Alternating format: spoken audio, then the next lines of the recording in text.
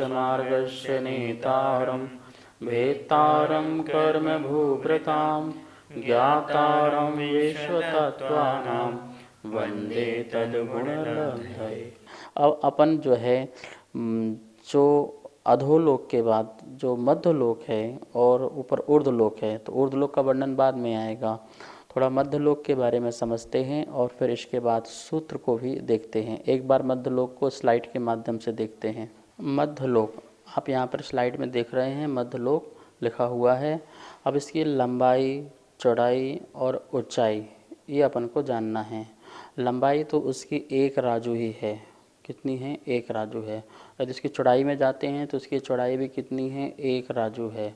लंबाई और चौड़ाई जो है मध्यलोक की कितनी है? 1 राजू। और आपको 1 राजू बताया था, असंख्यात महायोजनों का 1 राजू होता है। ठीक है ना। लंबाई चौड़ाई समझ में आपको आ गया। अब उसकी ऊंचाई, तो ऊंचाई कितनी है? तो मध्यलोक की जो ऊंचाई है वो 1,40,000 योजन, 1,40,000 योजन इसकी क्या है? ऊंचाई है। पूरी की पूरी 1,40,000 योजन। आप चित्र में देख रहे होंगे मेरू बना होगा। ये मेरू जो पर्वत है इसकी जो ऊंचाई है ज़मीन से जो नीचे गड़ा हुआ है 1,000 नीचे, 99,000 ऊपर और 40 योजन की इसकी चूलिका है। ऊपर का जो पार्ट है 40 योजन। इस प्रकार से अपन देखेंगे तो ये कितना हो जाएगा? पूरा 1,40,000 योजन का यह मध्यलोक है। ये मध्यलोक की इतनी व्यवस्था है। ठीक है ना। अब इसको अपन थोड़ा सा और अच्छे से तरीके से समझ लेते हैं। जम्बू द्वीप के मध्य में जो मेरू पर्वत है उसको अपन मध्य स्थान कहते हैं। वो मध्य स्थान भी श्लोक वार्तिककार ने, आचार्य विद्यानंद ने उसे कहा है, ये उपचार से मध्य समझना। बिल्कुल सेंटर में है तो ऐसा भी नहीं मानना, उपचार से मध्य में है। जैसे हमारे शरीर में नाभि है तो नाभि को मध्य कहते हैं, लेकिन वो नाभि भी मध्य में उपचार से है। नीचे का जो नापेंगे अपन तो वो थोड़ा ज़्यादा होगा, ऊपर का थोड़ा कम होगा, लेकिन उपचार से वो मध्य ही कहलाता है। तो मध्य क्या है? इस 3 लोक का मध्य जो है मेरू पर्वत की जो 1,000 नीचे जो अपन ने कहा जो उसका जड़ है, वहाँ पर लोक का जो सेंटर है वो 8 प्रदेश हैं। कितने? 8 प्रदेश। जो 8 प्रदेश बिल्कुल बहुत छोटे 8 प्रदेश होते हैं, वो 8 प्रदेश पूरे 3 लोक के सेंटर हैं। पूरा 3 लोक का सेंटर। क्योंकि आपको पता है जो ये त्रसनाली है, ये त्रसनाली कहाँ पर है? ये लोक के बीच में है। आप फ्रंट में या बिल्कुल बैक में नहीं है। ये पूरे 3 लोग जो है, पीछे भी 7 राजू जो है इसके फ्रंट में। जैसे अपन 7 बच्चों को खड़ा कर दो तो जो बीच वाला जो बच्चा है, 3 बच्चा आगे निकाल दो, 3 बच्चों को पीछे निकाल दो, तो बीच का जो बच्चा है वो समझ लो त्रसनाली है। ऐसे ही 3 लोग के बीचों बीच जो है त्रसनाली है। और वो त्रसनाली जो 7 राजू नीचे और 7 राजू ऊपर, मतलब कि 13 राजू में कुछ काम, इस बात का ध्यान रखना। अभी अपन पूरा 3 लोक का मध्य निकाल रहे हैं। तो 3 लोक का मध्य कहाँ पर है? जो सुमेरु पर्वत है, सुमेरु पर्वत जो 1,000 नीचे ज़मीन में है, उसके जो मध्य भाग है बिल्कुल सेंटर है, वह जो सेंटर 3 लोक का मध्य कहलाता है। तो वास्तविकता में देखा जाए कि मध्यलोक नाम की तो कोई चीज़ ही नहीं है, लेकिन फिर भी हम समझते हैं कि ये मध्यलोक है। क्योंकि उस प्रदेश के नीचे तो पूरा का पूरा 7 पृथ्वी राजू है और उस प्रदेश के ऊपर से ही अधोलोक स्टार्ट हो जाता है। क्योंकि अधोलोक के ऊपर 7 राजू है। ठीक है ना। और जो मध्यलोक भी, जो ऊर्ध्वलोक है, वो भी ऊपर जाके 7 राजू है।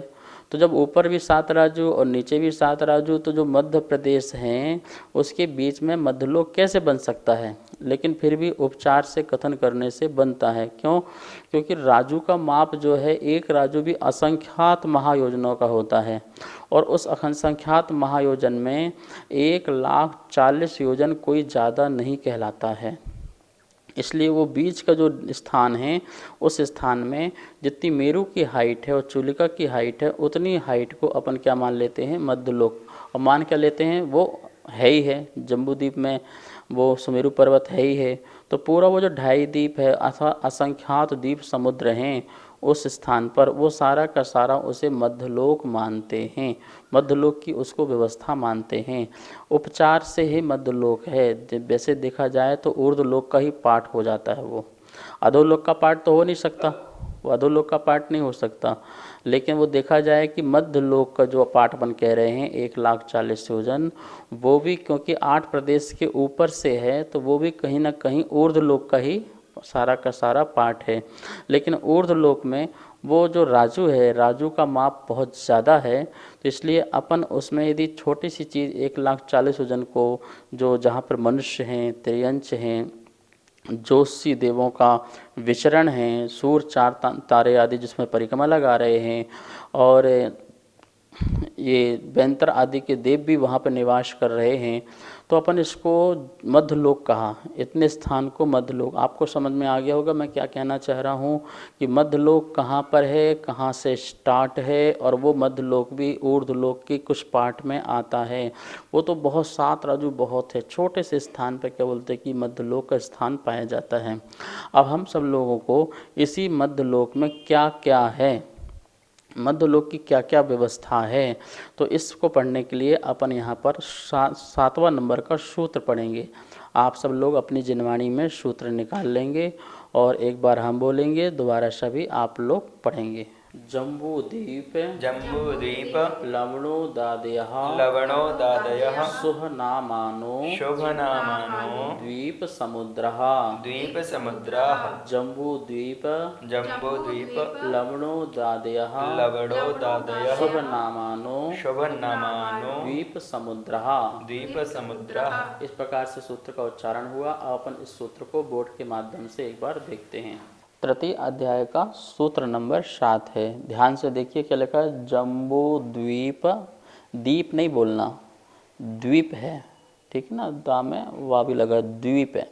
जम्बू द्वीप लवणोदादयः, यहाँ तक पढ़ेंगे, लवणोदादयः शुभ नामानो द्वीप समुद्रः, द्वीप समुद्र। इस प्रकार से सूत्र का उच्चारण है। अब देखिए अपन क्या लिखा है। जम्बू द्वीप लवणोद क्या निकलेगा, लवणोद आदयः, ये उद शब्द है, संधि निकालिए, लवण प्लस उद, लवण प्लस उद, उद मतलब होता है जल। आप लोग पढ़ते ना उदक चंदन, तो उदक वो का प्रत्यय लग गया, तो उद मतलब क्या होता है, पानी, जल। कौन सा जल, लवण, लवण मतलब खारा पानी। तो वो खारा पानी वाले का जो नाम है वो लवण समुद्र है। क्या नाम है उसका, लवण समुद्र। आदयः आदि, लवण समुद्र आदयः, लवण जल, खारा जल वाले, आदि शुभ नामानो, क्या लिखा है, शुभ नामानो, शुभ नाम वाले, शुभ नाम वाले ऐसे द्वीप समुद्र, कैसे हैं, द्वीप और समुद्र हैं। जम्बू द्वीप और लवण उद, लवण समुद्र, लवण वाला पानी समुद्र, जम्बू द्वीप एक हो गया, और लवण समुद्र ऐसे आदयः आदि शुभ नामानो, शुभ नाम वाले, मतलब जम्बू द्वीप को भी नाम कैसा बोला, शुभ नाम है, ठीक है ना, मतलब जैसा नाम है वैसे उनका कार्य है, कुछ न कुछ कारण है तो उनके नाम हैं।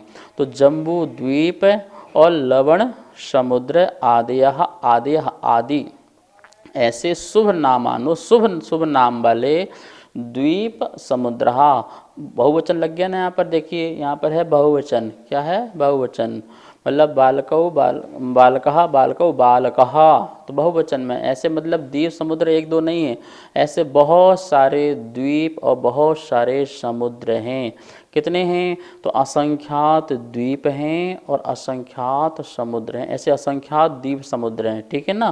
कैसे, शुभ शुभ नाम वाले, ठीक है ना। तो पहला तो हो गया जम्बूद्वीप, पहला क्या हो गया, जम्बूद्वीप, और जम्बूद्वीप को घेरा हुआ, घेरे हुए कौन सा समुद्र है, लवणोदादयः, लवणोद, लवणोद मतलब खारा जल वाला समुद्र, जिसका नाम लवण समुद्र ही है, वो उसको घेरे हुए है, ठीक है।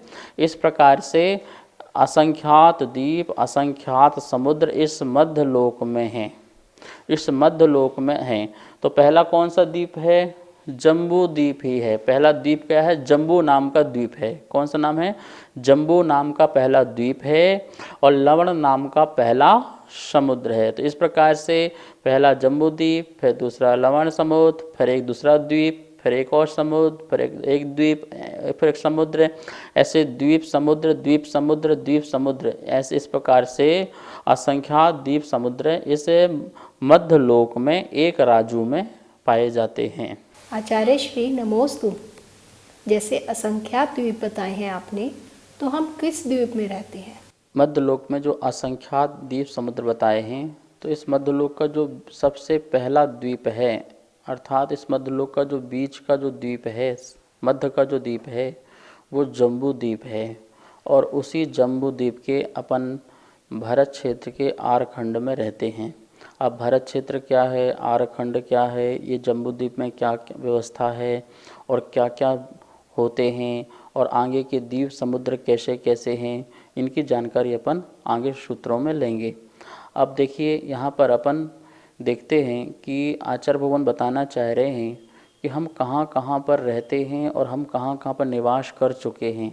ये जानकारी रहने से हमें क्या फ़ायदा है कि कहाँ पर हमारा कल्याण हो सकता है और कहाँ पर हमारा कल्याण नहीं हो सकता है, किस पाप कर्म के उदय से हम कहाँ जन्म लेते हैं, किस पुण्य के उदय से हम कहाँ जन्म लेते हैं जहाँ हमें मोक्ष मार्ग आदि के साधन मिलते हों।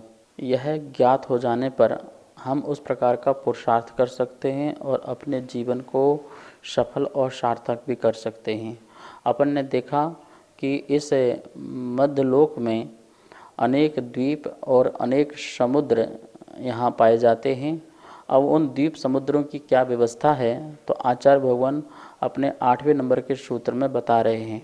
चलिए उस सूत्र को हम उच्चारण करते हैं। एक बार हम बोलेंगे, दोबारा सभी आप लोग। द्विर द्विर विस्कंभा द्वैर द्वैर विस्कंभा पूर्व पूर्व पूर्व पूर्व परिक्षेपिणो परिक्षेपणो वलयाकृत्यः वलयाकृतयः द्विर द्विर विस्कंभा द्वैर द्वैर विस्कंभा पूर्व पूर्व परिक्षेपिणो पूर्व पूर्व परिक्षेपणो वलयाकृत्यः वलयाकृतयः। इस प्रकार से इस सूत्र का उच्चारण हुआ। अब इसको बोर्ड के माध्यम से इस सूत्र का अर्थ समझते हैं। सूत्र 8वां है, तृतीय अध्याय का। द्विर द्विर, ध्यान रा जो है नीचे उतर के आएगा, द्विर, ये वाला रा नीचे उतर के आएगा, द्विर विष्कंभा, द्विर द्विर विष्कंभा पूर्व पूर्व परिक्षेपिणो वलयाकृत्यः वलयाकृत्यः। इस प्रकार से सूत्र का उच्चारण हुआ। क्या लिखा है? द्विर द्विर, दूने दूने, दूने दूने, विष्कंभा, ये विस्तार वाले हैं, मतलब दूने दूने ये चौड़े वाले हैं। दूना दूना इनका चौड़ा है, इनका जो व्यास है दूना दूना है, ठीक है ना। किनका? एक द्वीप से दूसरे समुद्र का, दूसरे समुद्र से फिर तीसरे द्वीप का, तो एक द्वीप एक समुद्र, एक द्वीप एक समुद्र, ऐसे ले जाना। और इनको क्या करना है, इनका जो विष्कंभा, जिनका जो विस्तार है, इनकी जो चौड़ाई है, वो कैसा है? द्विर द्विर, दूने दूने हैं, लिखा है ना। पूर्व पूर्व, ये पहले पहले, जो पहले पहले हैं उनको परिक्षेपिणों, वेष्टित करने वाले हैं। वेष्टित करने वाले मतलब उसको घेरे हुए हैं। क्या हुए हैं? एक दूसरे को घेरे हुए हैं। ये जम्बू द्वीप है, उसको घेरा हुआ कौन है? लवण समुद्र। लवण समुद्र को कौन घेरा हुआ है? धातकी खंड। धातकी खंड को कौन घेरा हुआ है? फिर कालोदधी समुद्र। तो ये परिक्षेपणों, परिक्षेपण वेष्टित करने वाले, उसको जैसे अपन ने मांडला बनाते हैं ना, तो मांडला में अपन ने बीच में लिखा ओम या ह्रीम, और उसको वेष्टित करने वाला फिर दूसरा गोला बनाया, फिर उसको वेष्टित करने वाला तीसरा गोला बनाया। तो इस प्रकार से ऐसे ही एक द्वीप को घेरा हुआ एक समुद्र है, फिर समुद्र को घेरा हुआ फिर तीसरा दूसरा नंबर का द्वीप है। तो इस प्रकार से द्वीप समुद्र जो हैं एक दूसरे को घेरे हुए हैं, ठीक है। कैसे घेरे हुए हैं? वलयाकृत्यः, वलय आकृत्यः, संधि क्या निकलेगी इसकी? वलय प्लस आकृतियाँ। इनकी आकृति कैसी है जो एक दूसरे को घेरे हुए हैं? तो इनकी आकृति जो है वो वलय है। वलय कैसे होती है? जैसे चूड़ी, जैसे चूड़ी है इस प्रकार से, जैसे थाली है, थाली के आकार, ऐसा वलयाकृत्य है। इस प्रकार की वलय है, चूड़ी के आकार की तरह इनका वलय क्षेत्र है, इस प्रकार से उनको घेरे हुए है। ठीक है, बात समझ आ गई ना आपको कि एक द्वीप, एक समुद्र, एक द्वीप, एक समुद्र, ऐसे असंख्यात हैं और वो परिक्षेपण हैं, मतलब वेष्टित हैं, पूर्व पहले जो हैं उनको एक दूसरे को घेरे हुए हैं। कैसे घेरे हुए हैं? चूड़ी के आकार, ऐसे नहीं कि चारों तरफ से घेरे हुए हों, पूरा जैसे आपको गोल पृथ्वी दिखा दी हो, ऐसा नहीं है, बिल्कुल चपटी है, गोल और चपटी। कैसा है? गोल तो है ही है, पर गोल कैसा है? थाली के आकार की तरह गोल, चूड़ी के आकार की तरह गोल, और चपटी है, ना कि उठी हुई है, ना कि आपके गेंद की तरह है, ना कि आपके संतरे की तरह है, ना कि जो आपको दिखाया जाता है विश्व उसकी तरह है। कैसा है? चपटी, गोल, वलयाकृत्य है। ये ध्यान रखना, कैसी है? वलयाकृत्य, वलय है। इस प्रकार से आगे के जितने भी द्वीप समुद्र हैं उनका जो विस्तार है वो दूना दूना होता जाएगा। जैसे जम्बू द्वीप का विस्तार जो 1,00,000 योजन है, कितना है? 1,00,000 योजन है। तो उसको घेरे हुए जो वलयाकृत्या में जो लवण समुद्र है उसका विस्तार कितना हो जाएगा?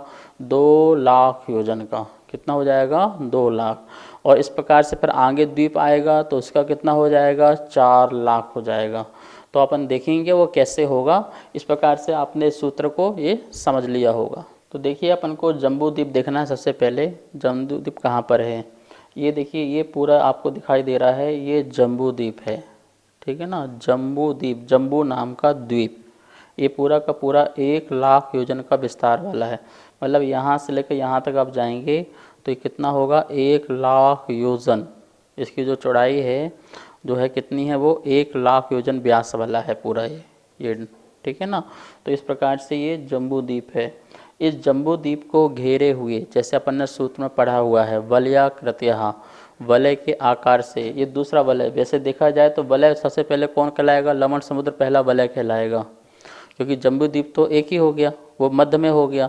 जम्बू द्वीप ने तो किसी और को नहीं घेरा ना, जम्बू द्वीप को समुद्र ने घेरा है, तो इसलिए पहला वलय कौन सा हो जाएगा? लवण समुद्र। लवण समुद्र जो है वो पहला वलय है जो किसको घेरे हुए है? जम्बू द्वीप को घेरे हुए है। इसलिए इसका नाम क्या है? लवण समुद्र। लवण क्यों नाम है? क्योंकि इसका जो जल है, इसका जल जो है खारा है, खारा होने के कारण इसका नाम कैसा है? लवण समुद्र है। इस प्रकार से ये लवण समुद्र हो गया। और इस लवण समुद्र का जो घेरे हुए जो दूसरा वलयाकार है, ये दूसरा, पहला ये वलयाकार हो गया, दूसरा वलयाकार ये हो गया। ये इसको घेरे हुए कौन है? धातकी खंड नाम का द्वीप है। कौन सा नाम? धातकी, इसका खंड है, संज्ञा है, और इसका ये द्वीप है। ये दूसरा, पहला द्वीप ये हो गया, दूसरा द्वीप ये हो गया। इसके बीच में क्या है? एक समुद्र है। ठीक है ना। इसके बाद एक फिर समुद्र आएगा तो उसका नाम हो जाएगा, वो समुद्र जो होगा वो धातकी खंड को घेरे हुए होगा। इस प्रकार से एक द्वीप, एक समुद्र, एक द्वीप, एक समुद्र, एक द्वीप, एक समुद्र, कितने हो जाएंगे? असंख्यात द्वीप और समुद्र हो जाएंगे। इस प्रकार से ये अपन को इस सूत्र में जो कहा था कि शुभ नाम वाले दूने दूने विस्तार वाले ये हैं। जैसे जम्बू द्वीप है ये 1,00,000 योजन का विस्तार वाला है, तो जो ये लवण समुद्र है वो कितना है? 2,00,000 योजन विस्तार वाला है। चौड़ाई देखना है, ध्यान रखना, केंद्र से नहीं देखना कि यहाँ से देखेंगे यहाँ तक का 2,00,000 नहीं। ये जो है ये स्थान 2,00,000 है, यहाँ भी देखो 2,00,000 है, यहाँ भी देखो 2,00,000 है, यहाँ भी देखो 2,00,000। चौड़ाई देखना है, क्या देखना है? इसकी जो मोटाई है जो वो देखना है अपन को। तो ये कितना है? ये 2,00,000 है। यदि आप केंद्र से देखोगे तो 4,00,000 हो जाएगा फिर तो वो। ठीक है ना। अपन को वहाँ से नहीं देखना, कहाँ से देखना है? यहाँ से देखना है। पूरा देखोगे तो 4,00,000 हो जाएगा। अपन को यहाँ से देखना है ये तो स्थान जो है वो कितना है? वो 2,00,000 है। तो इस तरफ भी देखेंगे तो कितना होगा? वो 2,00,000 है। मतलब कि लवण समुद्र से दुगना है। कितना है? लवण समुद्र से दुगना है। अब इसको धातकी खंड में जाएंगे तो कितना हो जाएगा? ये 4,00,000 हो जाएगा। तो 4,00,000 कौन सा होगा? ये। आप चारों तरफ से देखेंगे तो 4,00,000 ही दिखाई देगा। तो इस प्रकार से दूने दूने विस्तार वाले हैं। एक द्वीप से दुगना समुद्र है, समुद्र से दुगना द्वीप है, फिर द्वीप से दुगना समुद्र है। इस प्रकार से असंख्यात द्वीप समुद्र तक अपन को ले जाना चाहिए। यही सूत्र जो 8वां नंबर जो है बताया है। इस सूत्र में यही अर्थ निकल कर के अपन को देखना है। नमोस्तु आचार्य श्री। अभी आपने द्वीप और समुद्रों के वर्णन में जो नाम बताए हैं, तो इन द्वीपों के जो द्वीप और समुद्र के नाम हैं वो नाम किसी के द्वारा रखे गए हैं या फिर ये नाम शाश्वत हैं?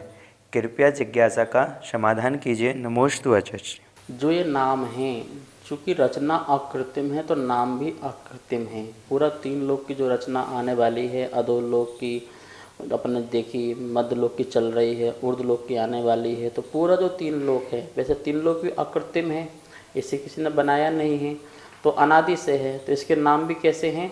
वो अनादि से ही है, किसी ने रखे नहीं हैं। आगे आप देखेंगे जम्बूद्वीप में क्षेत्र का वर्णन भी आएगा, जिसमें भारत क्षेत्र, अरावत क्षेत्र आदि क्षेत्र का वर्णन भी आएगा ना। तो भारत क्षेत्र भी क्या है? भारत क्षेत्र कोई कहे भारत के नाम से रखा गया है तो ऐसा बोलते हैं, कोई बोले देश का नाम भारतवर्ष है, शिलालेख में इसलिए बोलते हैं। नहीं, भारत क्षेत्र जो है वो तो शाश्वत है। हाँ, ये बात अलग है कि जब भी अवसर्पणी काल जो पड़ती है उसमें जो चक्रवर्ती होते हैं, मतलब जब भी काल का परिवर्तन होता है तो जो प्रथम चक्रवर्ती होता है उसका नाम जहाँ तक भरत नाम ही होता है, इसलिए इसका नाम भारतवर्ष ही बना रहता है। लेकिन इस बात को प्रमाण नहीं मानना, प्रमाण ये मानना कि जो नाम क्षेत्रों के हैं, जम्बूद्वीप, धातकी खंड और अधोलोक में रत्न प्रभा, शर्करा प्रभा, जो नाम हैं जिसके यहाँ तक कि जो देवों के नाम हैं, वो देव भी क्या है नाम, वो शाश्वत नाम है, उन नाम को आप चेंज नहीं कर सकते। सौधर्मेंद्र नाम है, सौधर्मेंद्र ही रहेगा। जीव चेंज होता जाएगा, नया जीव आ जाएगा, नाम बिल्कुल वही रहेगा। तो इस प्रकार से 3 लोक में जो भी आकृत्रिम चीज़ें हैं और जो व्यवस्थाएं हैं, स्वर्ग लोक, नरक आदि, उनके नाम हैं। जैसे सुदर्शन मेरु है तो सुदर्शन मेरु ही रहेगा, नाम चेंज होने वाला नहीं है। तो सारे के सारे नाम आकृत्रिम, बिना किसी के रखे हुए और शाश्वत है, अनादि अनधन है। तो यहाँ पर स्लाइड में देख लेते हैं एक बार, लिखा है कितने द्वीप समुद्र हैं, तो लिखा हुआ है असंख्यात हैं। कैसे हैं? एक दूसरे को घेरे हुए हैं।